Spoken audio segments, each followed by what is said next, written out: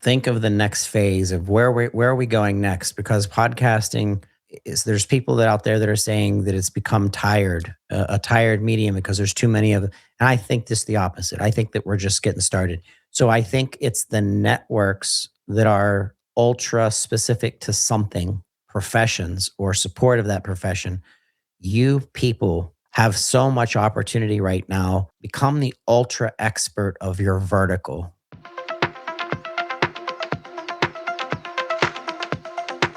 What does it look like when a podcast network is used as a business development tool? Not just to generate downloads, but to break down walls between organizations, accelerate partnerships, and anchor entire lead generation campaigns. And why might building a podcast network for business development mean tossing out standard industry models like CPM, relying instead on custom, client-driven content strategies? Today's guest is Todd Eury, founder of Pharmacy Podcast Network. His path started in telecom, but after landing in pharmacy tech in the early 2000s, Todd launched a show in 2008, eventually transforming it into a network of 40 plus shows that now sits at the heart of pharmacy industry business development. I'm Greg Wassman, host of this amazing show, Podcast Network Insights. I've spent 15 years in advertising sales. Since 2021, I've been immersed in the podcast industry. As I believe life is about time and relationships, you never know where one conversation may lead. I've built a lot of relationships and spent time with every kind of podcaster, from solo creators just getting started to heads of industry-leading networks, like my guest today. If you've ever wondered whether joining a network makes sense, how these networks actually run, other networks you could explore joining, advertising with, partnering with, learning from, my goal is to give you a real look behind the scenes so you can confidently navigate whether you host, produce, sponsor, or run a network. As you listen to this conversation with Todd, pay attention to how he structures his network around business outcomes, shifting away from ad dollars, building shows for clients that turn podcasts into content flywheels, and integrating every conversation with broader marketing and sales efforts.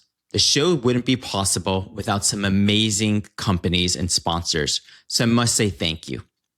The show is produced by the incredible team at Stories and Strategies. If you don't know them, I suggest you reach out and learn what they do. I'm using RSS.com for my podcast hosting. This podcast hosting is more than just storage. They provide so many features to ensure a great podcast experience. Easy to use, maximum distribution, a community to learn from, monetization solutions, and so much more. Systems and processes are key for consistency needed in podcasting, which is why I use Northflow, a dedicated podcast project management platform built by podcasters for podcasters.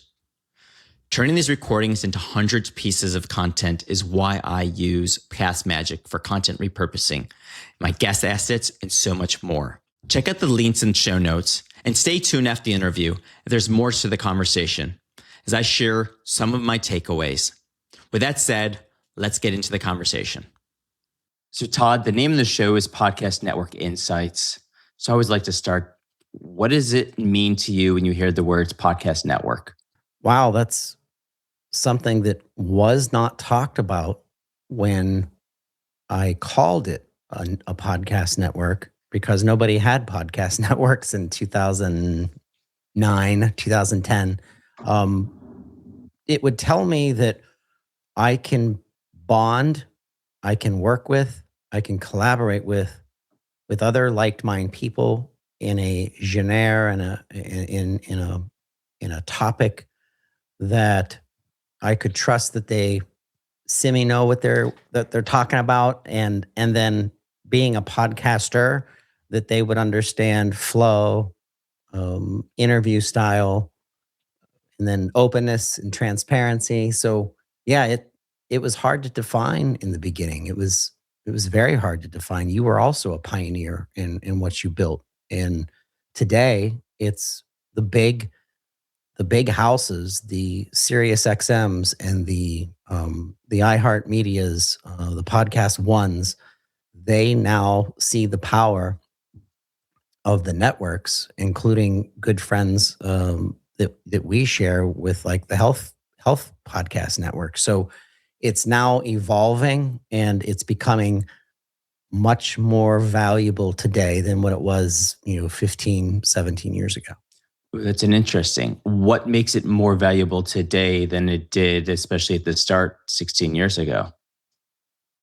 So I think the podcast network today brings ultra focus to the subject matter that you're sticking that network within in order to support um, that coupling, that camaraderie, and that sharing of information within the network itself. And then having the ability to mix different podcasts. In our case, we have 40 plus podcasts. When I have a pediatric focused podcast that can talk with a pharmacogenomics podcast that digs into DNA or something like that, there's a lot of value there because there's so much information and understanding from both sides of those very specific subjects. So the network starts bringing a lot more quality and a lot more um, depth of information that you can trust as being part of that network, because now you're surrounded by people that are in that same group or that club. I guess I'm not going to use the word because maybe you're not going to use it yourself, but you mentioned, these two different unique shows that are being able to collaborate. Um, are you doing that organically? Is there like a community component that you see a network having, or at least your network having, that makes that cross promotion or that support of each other happen? So the cross promotion and the collaboration between different podcasts on the same network, it doesn't happen as often as I'd like, because these very busy people that have primary jobs that are hospital system pharmacists or consultant pharmacists or whatever, their podcast is their second or tertiary attention. And then when I'll come to them as the herder of the squirrels and say, "Hey, I'd really like you to talk about rare disease specific to pediatrics," they're always interested. It's just a timing issue. So it's not as fluid as the individual podcast on the network, but it certainly brings the opportunity to pull that lever so that you can mix those and you can grab the subject matter expertise of rare disease and of a blood disorder with a pediatric specialist. And I think that's the secret sauce of what podcast networks do, is bringing that expertise to the listener base. All right, so let's take the step back here. You've been doing this 16 years, but for those that don't know who Todd Eury is and the network itself, I mean, you didn't start. You're not a pharmacist. You didn't start in the pharmacy world. You actually started in what, telecom, and then fell into Right. this world. But yeah, how did a person who started in telecom ended up in podcasting? Not only started in podcasting, but run a podcast network for 17 years. Yeah. So telecom made me want to stab my eye because of how boring it was. 8 years, I was good at it. I made a lot of money. I started in telecom in '96, ended in 2003, and the dot com gold rush happened between 1999 and 2001. And there was so much money being thrown. It's the same money and the same attitude towards the internet in commerce and in business as what we're seeing today in artificial intelligence. Everybody's throwing money at AI right now. Some of it doesn't make any sense, some of it's making sense. Um, and in 2 to 5 years, it's going to be crystal clear of how artificial intelligence is used within healthcare, within podcasting, within everything, in my opinion. That's the same thing that was going on when I entered pharmacy. Pharmacy in 2004, I took a position with SoftWriters out of Pittsburgh, Pennsylvania. SoftWriters was a custom software company in Pittsburgh that would work for companies like Hormel Foods, for example. They did a whole bunch of APIs, and then they bought a pharmacy software system that was designed only for the institutional pharmacy, not for retail.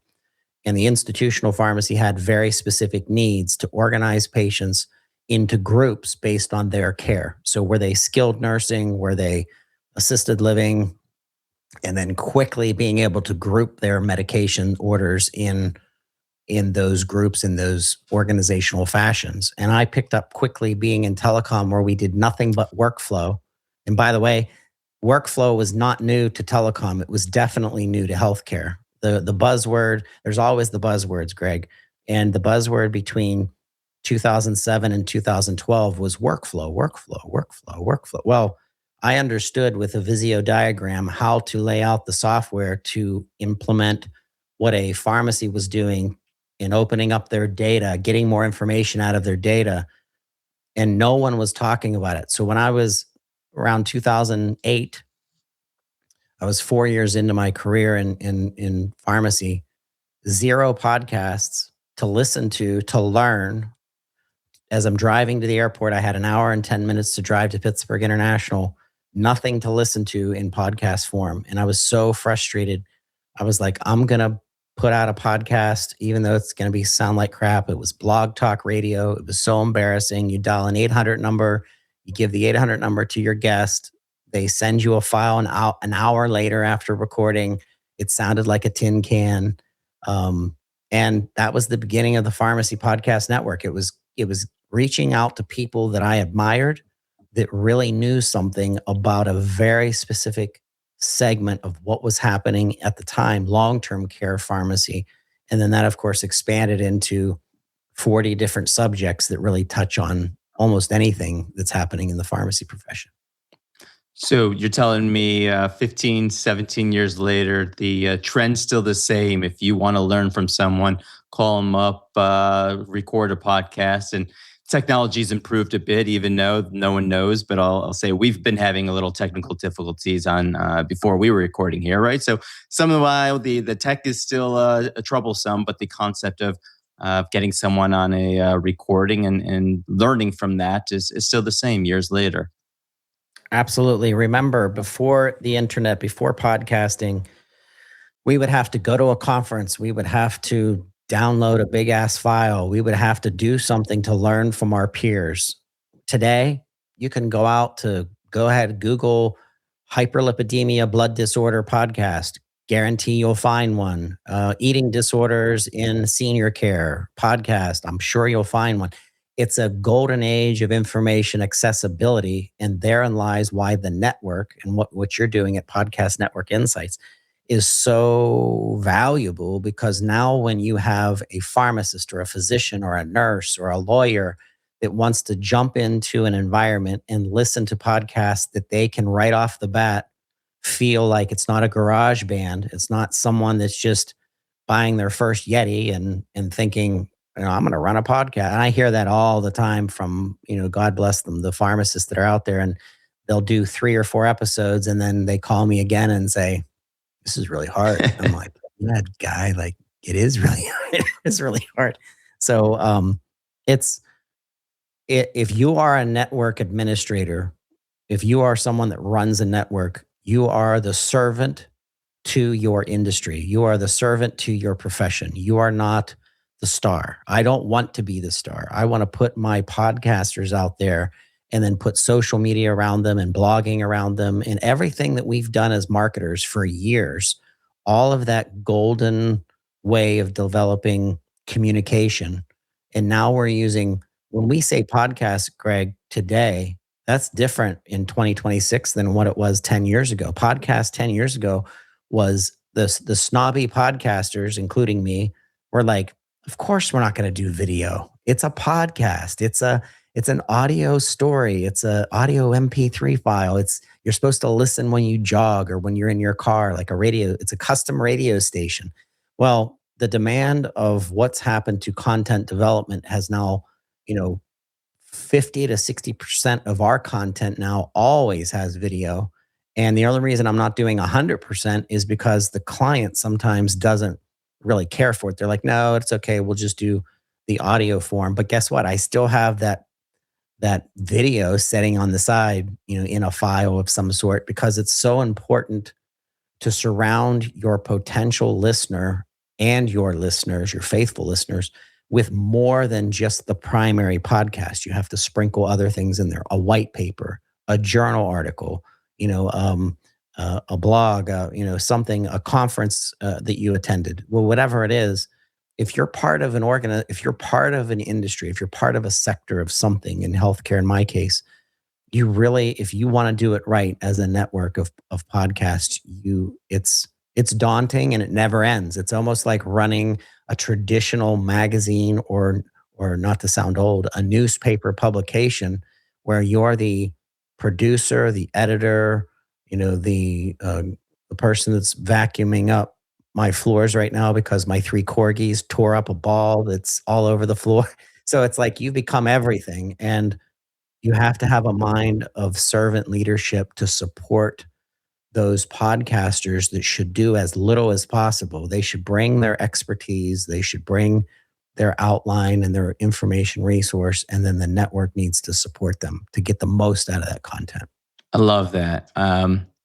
Many of my guests have gone into the servant mindset that it takes. So to hear your view is on par with many of them. I think anyone that's listening, like, that is a key piece. If you look at different kind of networks and the mentality of that network, but changing gears and kind of going off of that, you got to make money. So you mentioned the word use of client. So how does the Pharmacy Podcast Network make money? Are you a production house? Is it the ads? Give me a little more context on, because the word usage of client could take someone any different way. Yeah. So boy, there was no such thing as making money podcasts for dummies in 2012, 2016. I don't think I made my first dollar in this until 2016. God bless them, Cardinal Health. They're still a client of ours. I love them. I love the organization, one of the biggest wholesalers in the world. And the clients were curious in the beginning. I'd say between 2016 and 2000, probably 21. Lots of curiosity. So it was very easy, especially when you were good at it, especially when I had the reputation that I had, to get them to invest in content build for them, production for them, good audio. Distribution was the number one, because anybody can today, almost anyone can launch a podcast, and you press publish and you're out on YouTube and you're out on Apple and you're out on Spotify. But God bless you, how many people listen to you? Did they find you? Did they know what you were talking about? Thus the strength of the network. Now, the age where we are today, that this started in 2024, is shifting from, and I put myself in a corner that I don't like being in the corner anymore, which is the word podcast. So I spent 3.5 years with Fin Partners, which is one of the biggest public relation organizations in the world, 48 offices throughout the entire world. And their sweet spot is healthcare, and led by Gil Bash. And when I joined their team to start developing content for their clients and partners, and Medica Life, which is an amazing blog that they kind of sub run and feed to other thought leaders, it taught me that this is no longer podcasting. This is public relations, it's business development, it's positioning, it's strategy, it's bridge building between two organizations that should be doing business together. And guess what? When you podcast between those two organizations that don't necessarily work together, and you're podcasting about a common theme between the two of them, the walls come down, and now they're shaking hands, they're giving each other audio hugs, people are laughing, people are talking about the content. 2 months later, Greg, they're doing business together. And that is why the Pharmacy Podcast Network is now in this hockey stick ready to explode, because we have such an authority with the expertise and the connection that now it's time to bring in companies who always think they can do it by themselves, by the way. Every Especially single one of them. now. Oh, we have a podcast. And I'm like, give me a break. Like, come on. Like, it's not connected. It's not part of your everybody that's podcasting today that says we have a podcast for our company, at least in the pharmacy space. It's a separated piece of content that is not wrapped into their entire campaign. And I'll go to their website and I'll find a white paper and I'll say to the director, marketing director, when did you put this white paper out? And they'll be like, oh, last June. And I'm like, how'd it do? Uh, how much money did you spend on that white paper? Oh, don't even get us started. And I'm like, why didn't that white paper become a podcast series that every time you put out the next episode in the series, whether it's 3 parts or 6 parts or 12 parts or whatever, it's constantly bringing people back to that white paper. Because, in my strong opinion, I've said this on many podcasts, so I'm going to say it again. Podcasting is not the primary piece of content. I don't think podcasting should be the end all be all, unless it's a talk show like we have This Week in Pharmacy. So that is what it is.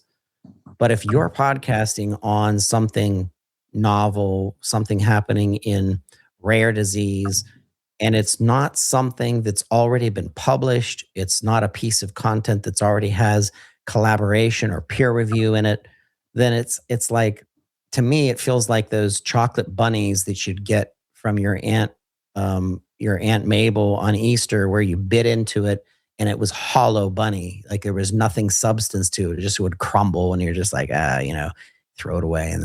But it's like, it was empty. So people that are podcasting, organizations that are podcasting that are not building a 360-degree environment where the podcast is an amplifier, they're missing the point of podcasting. They're missing, it should not be a standalone piece of content, in my opinion. So so then Pharmacy Podcast Network, or the business that you're running, is more of a production consulting. Hey, let me go find clients that want me either to produce it or to come in there and help them with the overall strategy of the podcast. So in January 1st of 2025, after setting up the bank account and the new LLC, Pharmacy Podcast Network has no LLC. It has no business entity. It's part of a bigger entity, which is called RXPR. So RXPR is a business development slash public relations slash communications company. It's a gun for hire for clients. And we're pulling the Pharmacy Podcast Network as part of that bigger environment. So where traditional PR agencies are doing traditional PR stuff, I'm the one that's doing public relations, but I'm putting podcasting out front. And then I'm doing other things that connect those communications and those connections to the people that our clients are after. And the conference that might be about community pharmacy or senior care, or we just got back from Assembia, which is a business conference all about specialty pharmacy. We show up every time, year after year after year, because now that's the coupling of all of those listeners and all of those people that have been on our podcast and all of those subject matter experts, to use it to take the teams and to take the subject matter expert and the intelligence and take that to the next level. And to, as right now, it's only been a week and a half after Assembia. It's one of the busiest times for us because we are doing so much follow up for conversations that are now coming out in multi-part series, so that we can make sure that a potential client or an existing client is now building those bridges between their leads that they cultivated with all that expense, because these conferences are so expensive, and saying, how are you following up with those leads? Are you inviting them to participate on a webinar? Are you getting them to participate on a blog? And in my case, are you bringing them to a podcast and saying, hey, let's vet out this concept that we talked about at this conference? So we are everything that you just said, but to me, that's the commodity side of our podcast network. I think the secret sauce and the sweetness of the Pharmacy Podcast Network is the business development, is the communications, is the public relations, and it's the baton. Yeah, I'm taking the baton from one company, I'm handing it to the other company, and then I'm surrounding it with a lot of public output.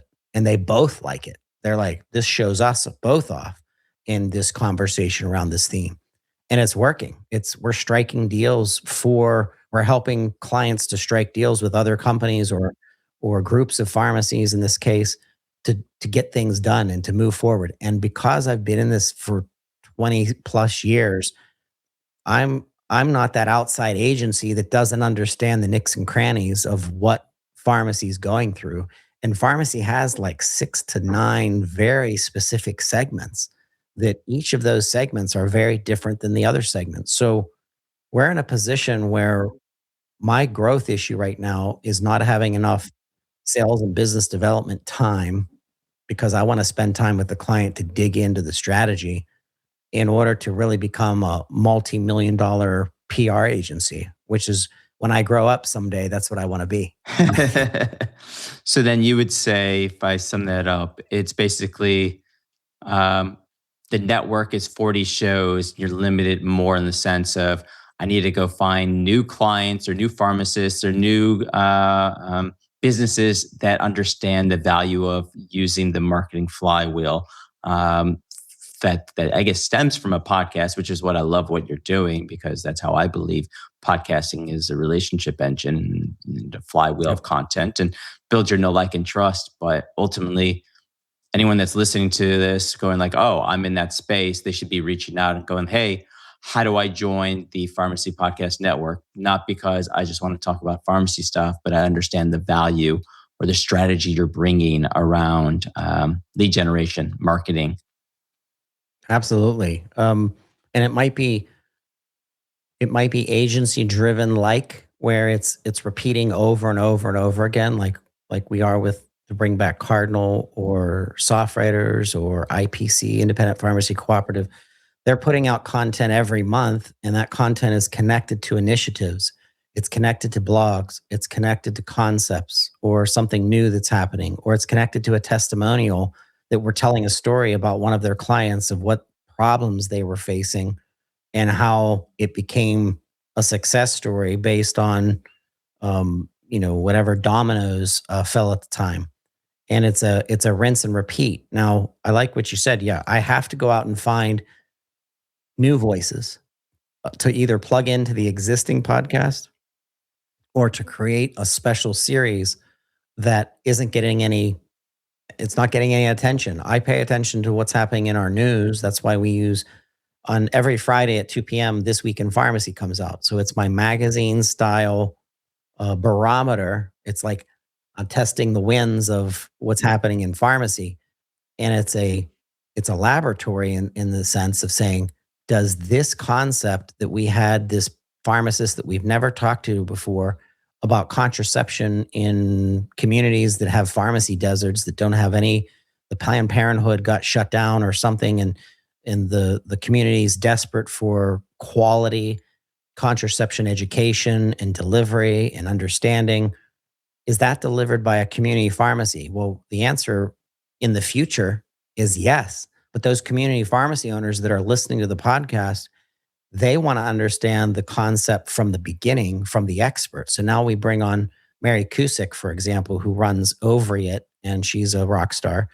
And she does just contraception plan builds and business models for providers, either physicians or in this case, pharmacies, to deliver contraception to their community and then wrap stories around that, wrap the dangers of not understanding or the issues that come up or the solutions or the business side, maybe the revenue side. Hey, here's revenue, here's a cash-based revenue opportunity that don't give it away to this chain pharmacy or something. Like, let's take it in and make it a little bit more intimate where we're setting the mother and the daughter down and we're kind of like talking about the intricacy, blah, blah, blah.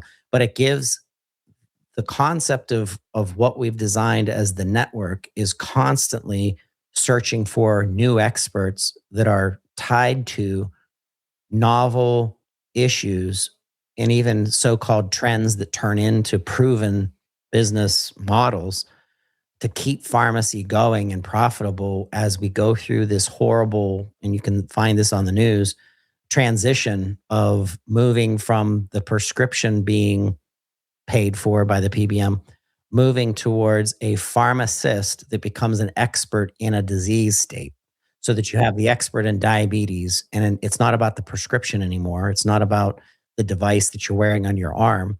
It's about the data and the direction of what this pharmacist understands, along with the nutritionist, along with the primary care, to dial into this person's issue and set them up for a better health outcome. So I feel like I'm part of the pharmacy profession and industry as an amplifier, and I know things that other PR agencies that are outside of pharmacy just wouldn't get. And you'd have to take time to describe it to them. And I'm already 10 steps ahead by the time I put out a PDF proposal to the organization that I'm pitching. And I'm saying, here's the 6-part series. And I'd say 9 out of 10 times, Greg, they're like, holy crap, like you've already done exactly. And I'm like, I've paid attention to your blog. I've paid attention to what conferences you're going to. I'm paying attention to what's happening in the news. Like, we're professionals. You're a professional, Greg. We don't, when our client reaches us, even as a prospect, by the time we get through that proposal stage, they're like, this guy gets us. Like, he understands like really what needs to happen to make the value and and the care be merged with the profitability and the revenue. So, I guess changing gears, looking at kind of what you just talked about, if I were to want to join a network, right? If I'm thinking about what is the value of joining the specific network that you've set up, what should I be asking? What should I be even thinking about? Because you also talked about, as we know, it's easy to go ahead and record. So a lot of the people that might be your potential clients are like, why do I need Todd? Why do I need the Pharmacy Podcast Network? I can do this on my own and run the flywheel myself without actually joining a network. Like, why would I join a network? What should I be even considering if I'm thinking about joining a network? Yeah, that's a great question. The same questions can be asked of, why do I need a PR agency? Why do I need a consultant to help me accelerate my sales cycle? Why do I need an outside consultant that's not part of our organization, that has all the connections that we want, but we could do it ourselves? We could hire more salespeople and try to do it ourselves. So our network is very unique, because I remember when I learned about, back up to that 2016 period, I didn't know how to price anything. I didn't know what to charge. I had no idea. And then I learned something called CPM, or I mean, and get throw that right out the window. Like, I cannot stand these acronyms in when I talk to, I got finally got Sirius XM on the phone, Resonate, which is one of their specialty divisions.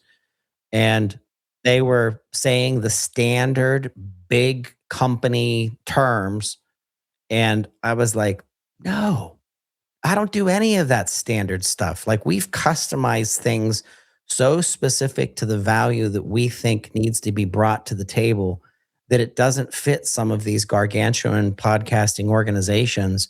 And therein lies, I think, additional value about what we do, because I can't believe how many times I've customized an SOW, a statement of work, for a client that wasn't something that I've ever done before, because I used the idea of the marketing director to kind of enhance something, and I just folded it into our offerings and push out of content through podcasting. And I think therein lies why people are making a decision with us instead of doing it themselves, because it's gonna happen 10 times faster than them trying to build it. And then let's go back to that distribution piece. There's lots of, I would love to debate someday. Maybe you can get together like 5 podcasters out there. I want to debate about downloads. People are like, it's not about downloads. Well, yes, it is. It is about downloads, because if you're a publicly traded company, let's say GoodRx, for example, and you have all this money and you build your own podcast, what are you doing? Here's what you're doing. You're standing up on a pedestal and you're banging a gong saying, I'm GoodRx. I love myself. Listen to what I have to say. I'm GoodRx. Versus Pharmacy Podcast Network could create an entire environment or a series where it really wasn't about GoodRx. It was about the solutions that GoodRx presents to a pharmacy network or an independent pharmacy or a senior care Medicaid organization that's struggling with payment of medications. And now all of a sudden, this series puts them in a completely different light. And it's not them banging their own pan of saying, listen to me, listen to me. So that's what our organizations that are thinking, do I buy my team a couple microphones and do we podcast our own?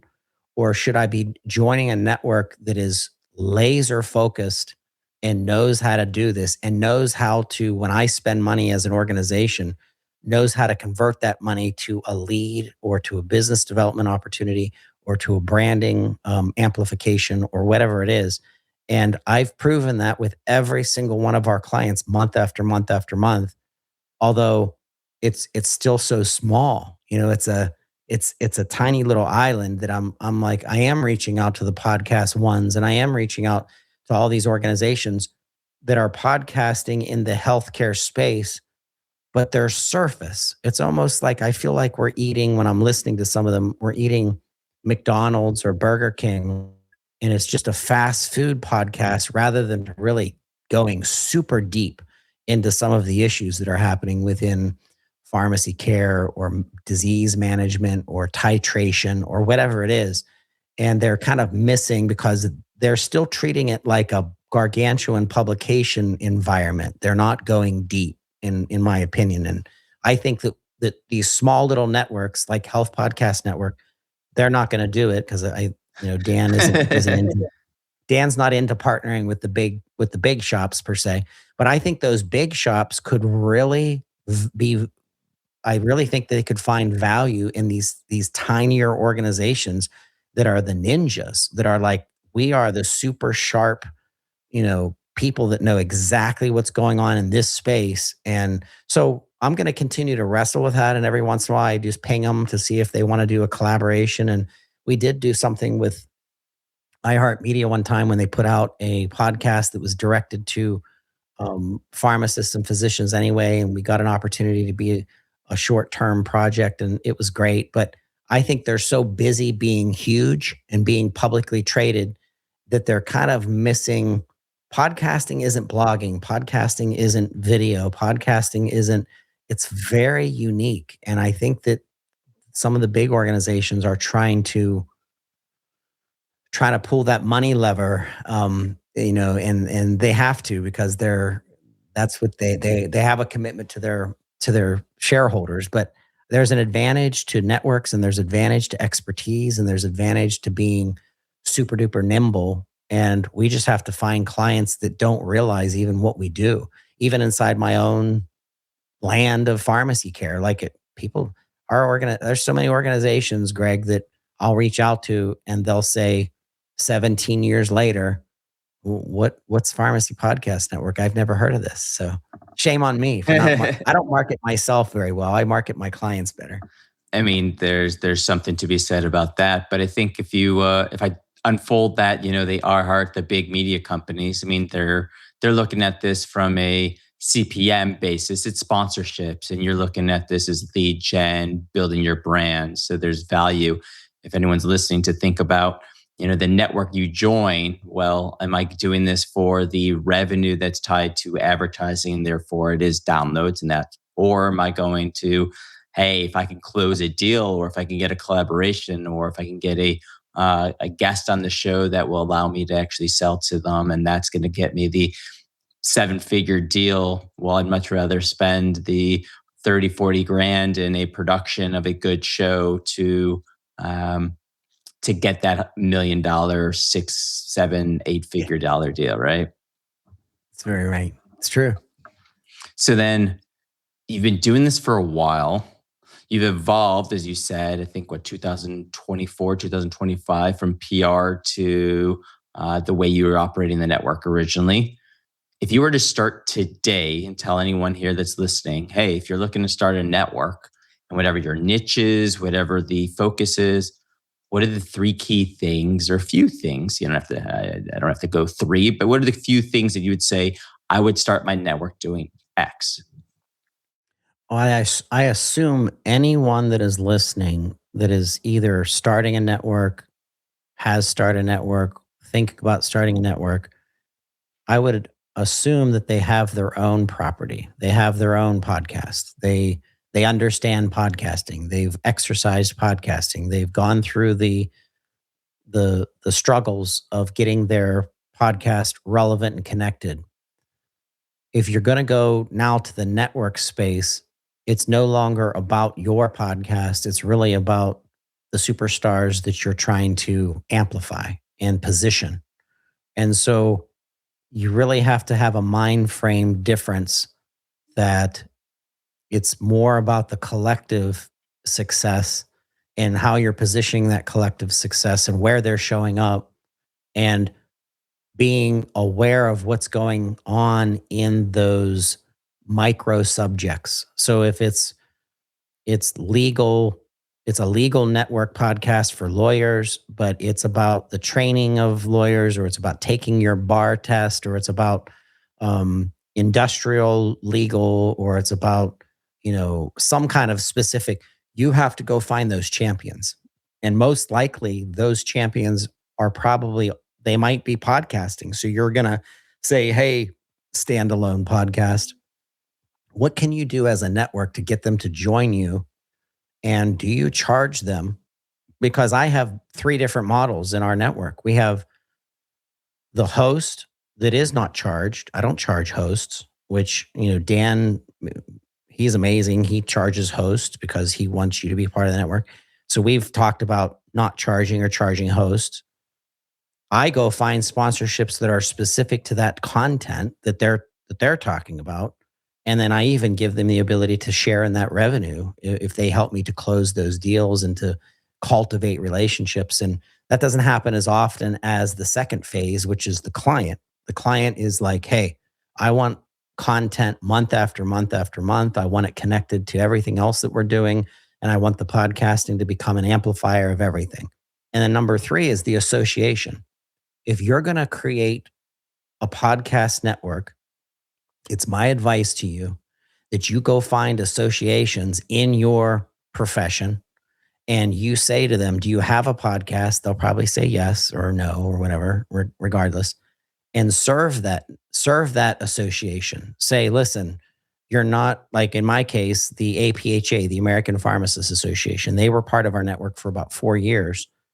And now they're podcasting all by themselves, and it's not as fluid as being, because they had a marketing change and some of the things that they were thinking about. And it was a mistake because of where are the pharmacists going to find content about a whole bunch of myriad of things, not just one thing, but a whole bunch of stuff. So think about your hosts, think about your clients, and think about your associations and build your network from that. And those associations, you should be delivering value to them so that when they're pushing out content through your network and you're helping them, now you're taking advantage of their email lists, you're taking advantage of their marketing of the episode, and now all of a sudden people are coming back to the network and saying, oh, there's more here than just the ABC organization. There's all this other content. And that's exactly what I've done over the years. Is we've started with something very specific. We've pushed it all out, and then all of a sudden the listener's like, oh, I can listen to 42 other podcasts that are about anything and everything. And just by the title of our podcast, of whatever that title is, they can quickly assess, is this something that I'm interested in? And then that way they can listen to, we're putting out 5 to 6 episodes per week. They may only listen once a week because it's only a show that's not interested, to them, or is interesting to them. But yeah, networks are a different beast. And I think that there's a huge opportunity to take networks and become a group and a club to help each other, but then to show up at these big national conferences together to really bring more to the base and to bring more to your profession than just this onesie twosie. I have a podcast. And I'm like, God bless your heart. Like, but why are you all by yourself? Why are you all by yourself? Like, and even big podcasts like that are huge and they're doing great. You're not sharing. You're not part of your profession by going back to other podcasters and being part of a collective of you could get so much more out of merging ideas and concepts with the network and with people in the network than you are all by yourself. I think if we go back to what you originally started and talking about being of service, right? What you've just kind of touched on is the network effect is if you're a standalone, it's transactional. I want all the leads for myself the way you're operating your network. But if you join a network, whether it's yours or in that particular, you have the growth that comes from cross promos. You have the growth that comes from collaborations from guests, or in this case, it's like, hey, we can generate leads and we're not looking at, hold on, that lead should have gone to me and that's my competitor. It's like, look, you're all winning together. And I think that's usually a better way than the me's. Yeah, that's very true. And the landing page always controls the leads. I've never had an issue with one podcast getting a lead over another because there's that landing page that draws people back to their website. And then that therefore it surrounds them with the information collection, fields and the white paper and the PDF. And so you're giving them much more than just the podcast because, like I said, I don't think podcasting should stand off. I don't think a podcast should stand by itself. I think it should be surrounded with other pieces of content. And then that's the same concept of the network. If you are a podcaster in the the functional medicine space and you're podcasting, go find, is there other functional medicine podcasters? And if there's not a network, why not build a network so you guys can all collectively kind of hit that same main subjects, but then become an expert in your vertical? And I think I'm talking to pharmacy students a lot, Greg, and I'm telling them you have to think of, if you're going into healthcare, you're a service provider, you're like I said, a servant, you're a leader, you're serving the public with good health information that you spent 6 to 8 years, developing your craft. And it's the same thing with podcasting. Why aren't you sharing? Why aren't you even podcasts that are huge that wouldn't even need us as a network? Why wouldn't you join the Pharmacy Podcast Network to help the other podcasts through some of your connections? And and that's just it. It's like you have an opportunity. There are these big associations. Some of them are on our network, like NASP, the National Association of Specialty Pharmacy. Whereas the NCPA, the National Community Pharmacists Association, they won't join the network. They're like, we have our own podcast. And I'm like, but you might not think that you need me, but we might need you. We might need your expertise. We might need your government relations expertise, or we might need your, what's happening in a specific cash-based business that could help other So it's like it's a two-way street. It's like, if think about a network to strengthen the profession, and that's my whole gig. It's like we should be using this network to strengthen the profession of pharmacy care, and that's the mission. And we're doing it through podcasting. I love that. That is definitely flipping the point of me to going like, hold on, we're all in this together. So how could we support each other? And if you're only looking at yourself, you're missing out on the opportunity, and especially for the field you're in. But I think anyone listening to any different field, like you could be in the movie realm, and I mean, I live in Hollywood, so I look at what the entertainment industry is doing out here, right? But it could be the comic book world, it could be Yeah. gardening, for that matter. I think everyone that has a passion that's probably going into that podcast topic is doing it because they care about it, they're passionate about it, and therefore creating as you said, everyone create their own network or join a network because you're going to support each other. Yeah, exactly.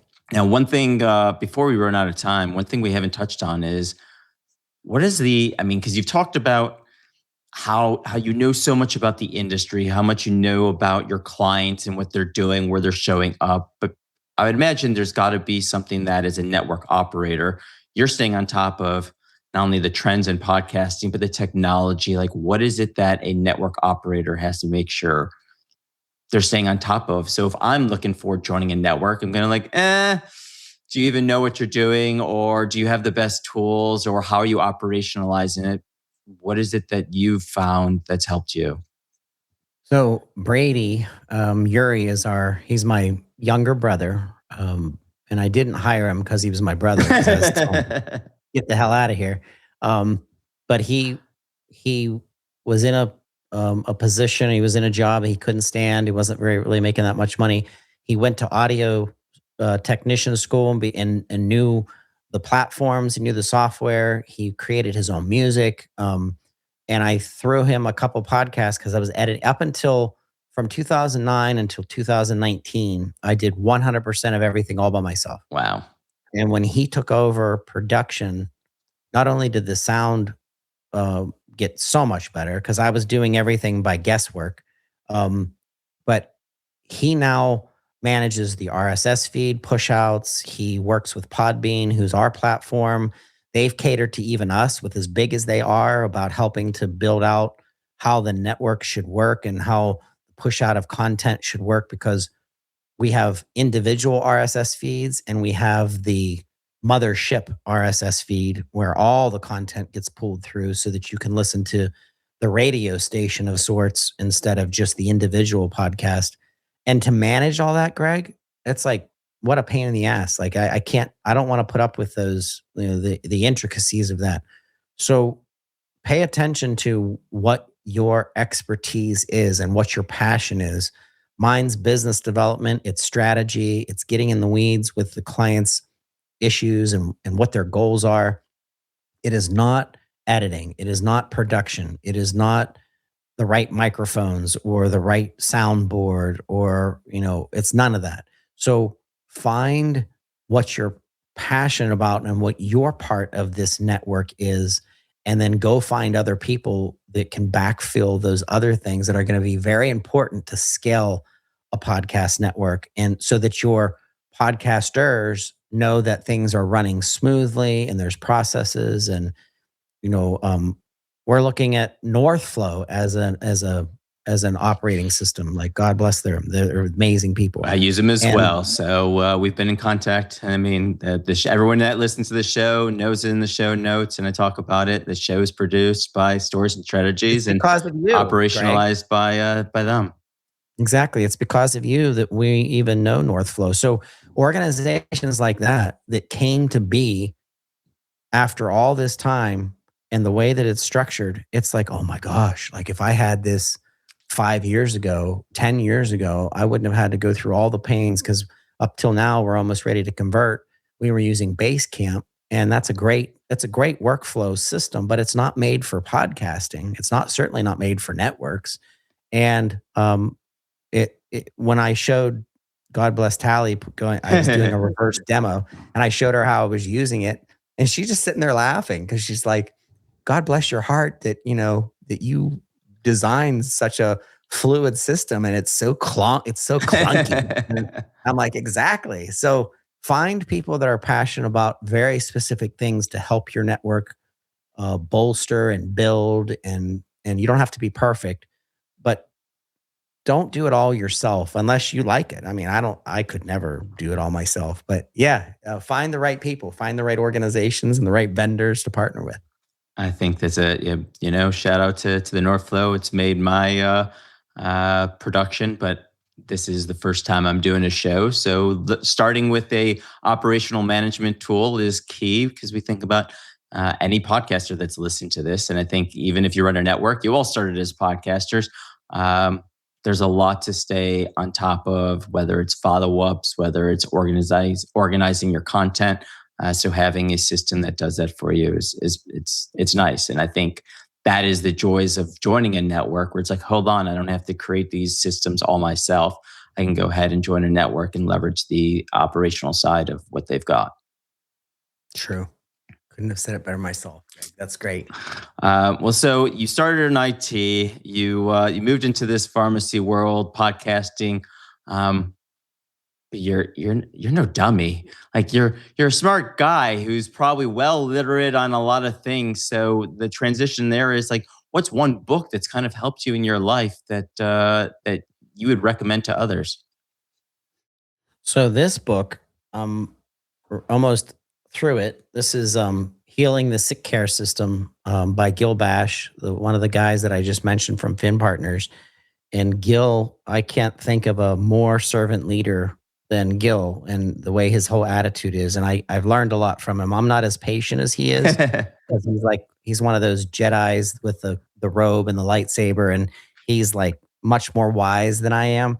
But healing the sick care system is all about converting our healthcare system back to the way it was back when our physicians would have their black bag and they'd show up at the home and they'd know the patient's name, they'd know the husband, the wife, the family, the dog, and to start making it personal again, to start making it about healthcare and stop allowing our insurance companies to ruin everything because they have. They've ruined the physicians, they've ruined pharmacy, the nurses are frustrated. Like our insurance world, it's like capitalism is wonderful, but if you let it become its own beast and you let it run away, it's just as bad as a communism way of working. It's horrible. It's its own communism in some ways. It's so healing the sick care system. I recommend it because anyone that's in healthcare, in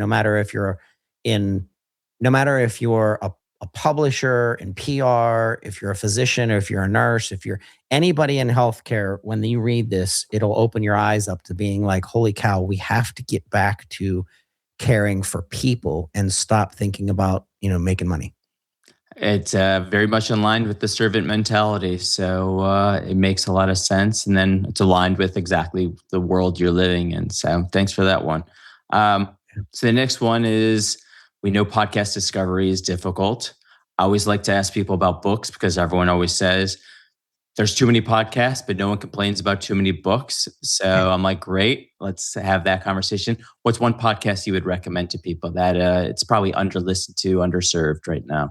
So this is not underserved because it's very popular, but Curbsiders is amazing. Don't Like know I it. think those guys, they're just so much fun to listen to. And that's just, I'm not a comedian, so I would like to be funnier than I am. And if you can sprinkle humor into things that your listener base understands because they're in the weeds all the time, they're in the trenches all the time, and if you can be humorous and be able to use podcasting to tell stories and make people laugh, but then forward an initiative, it's a wonderful thing to listen to. And then you know on our network, the Executive Dose is one of my favorite podcasts to listen to because what Stephen Beckman does, he's the CEO of Ural Pharma. It's a generics company. I've never heard of a generics company doing marketing that they do because, once again, he wants to bring in the executives that are experiencing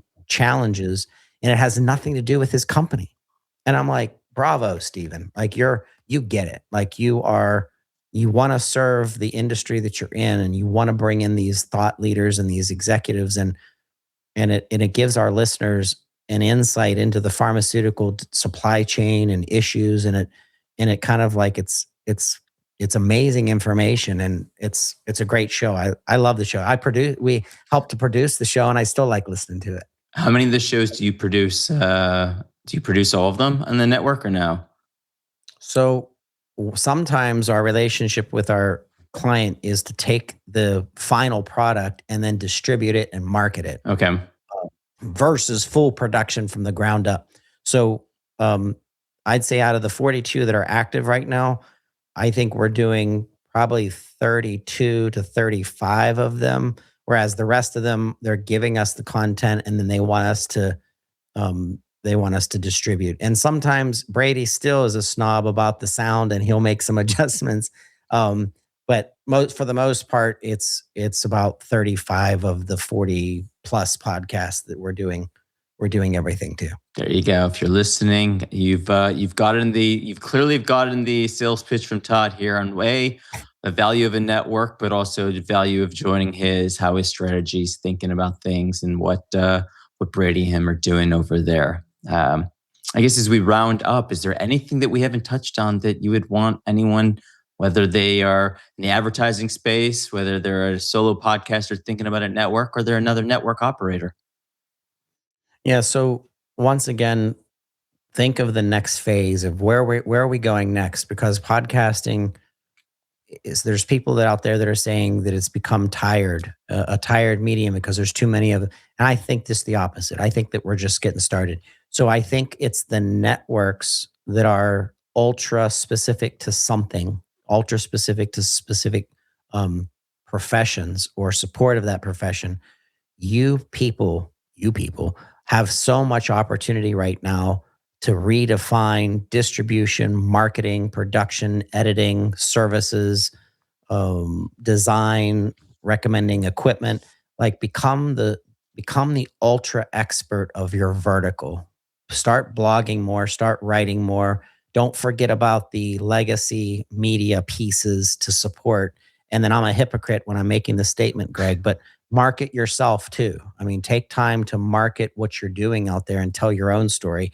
And thank God for this podcast, Greg, because I can't think of the last time that I took time to market the Pharmacy Podcast Network. So thank you. I mean, that is part of the exercise of this show. It's, you think about, I mean, how many people are looking to join a network, and they only go to those names that they know, and those names that they know, of course, are the big media companies. But then you've got a network like yours. It's like, hold on, why wouldn't a pharmacist want to join yours, or someone in that industry want to join yours versus joining, as you mentioned, like the iHearts, the Sirius, the other media companies? It's like, hold on, they're very different business models. They're very different in terms of the network effect you're going to get. We just need, or that's what I'm doing, we need to get your names out there so that more people are aware of. Why should I be looking at not only joining a network, staying independent too? I mean, part of this is not everyone should join a network, even though that ends up being the message. Know what you're trying to do in the right network. And so if I can help get your name out there a little more, that's the goal. Thank you. That's awesome. Well, on that note, Todd, it's been a pleasure getting your name out there, learning more about it, and sharing some time with you. So thank you so much for coming on Podcast Network Insights. Greg, thank you so much for what you're doing. Thanks for allowing us to tell our story. And yeah, look us up, pharmacypodcast.com. Well, you made it this far, and I really appreciate it. I truly do. If you give me a few extra minutes, let me share a few thoughts in my conversation with Todd. Coming back to the beginning of the show, Todd framed the network as a kind of living extension of his public relations work, a system where podcasting isn't just self-expression, but a catalyst for business development, new partnerships, and real shifts within an industry, intentionally creating opportunities where companies and people can connect, learn, and open doors for business together. That's not how most podcast networks work. It makes you rethink whether a network should be seen as a content play or as a business development engine, with podcasts as the entry point. Besides this, there are a few other things that I walked away from this conversation. First, the mechanics of it all surprised me. Todd not out there measuring success of CPMs or ad inventory. Instead, the network effect comes from the way each participant, by plugging in, multiplies the value for everyone. There's a real 1 + 1 = 3 going on here. And frankly, most creators aren't used to thinking about podcasts that way. Kind of raises a question: is your show better off as a standalone, or could it be worth much more for everyone when it's part of something larger? Second, Todd takes on what it actually means to say no to joining a network. He frames it less as a simple independence and more as a potentially holding back the industry. If the best voices, organizations, and experts all go solo, you don't lose cross-pollination. The entire sector loses momentum. It's different from how most people look at podcasting communities, which makes me wonder, if you're choosing to stay solo, is it really just self-limiting for you and for the space you're in? Third, this idea that Todd doesn't charge most of his hosts, instead focusing on monetizing through ongoing agency-like engagements, lead generation, and business development. For many, that's a different game entirely. Most creators wouldn't expect to join a network and not be asked for fees. Makes me reconsider what you'd want from a network, or what do you expect to give. Fourth thing Todd admits He wishes his show would collaborate more and have more cross-pollination. Operationally, this is something he wants to get better at, but it's something you should be considering for your network or how the network you join operates, if it matters to you. There's a lot more in there to sit with, and I'm curious what you've learned. Well, once again, thank you for tuning in. To those that have rated and reviewed, reached out with comments, thank you. Make sure you leave a review, subscribe on your platform of choice. And as I say, life is about time and relationships. You have no clue where one conversation is going to take you. This is why I'm able to have this show and provide you these great conversations. This is why I love networking. You have no clue where listening to these conversations will take you, now or in the future, but your future self will thank you for tuning in. I live on LinkedIn, so please reach out. Let's talk. To those of you who've already, I appreciate you. That alone means this podcast has value and is creating more conversations. I have a newsletter that promotes podcast discovery, as podcast discovery is incredibly difficult. You can find it on my LinkedIn profile. Subscribe where you listen. New episodes come out every Thursday, wherever you consume your podcasts. Until next time, I appreciate you.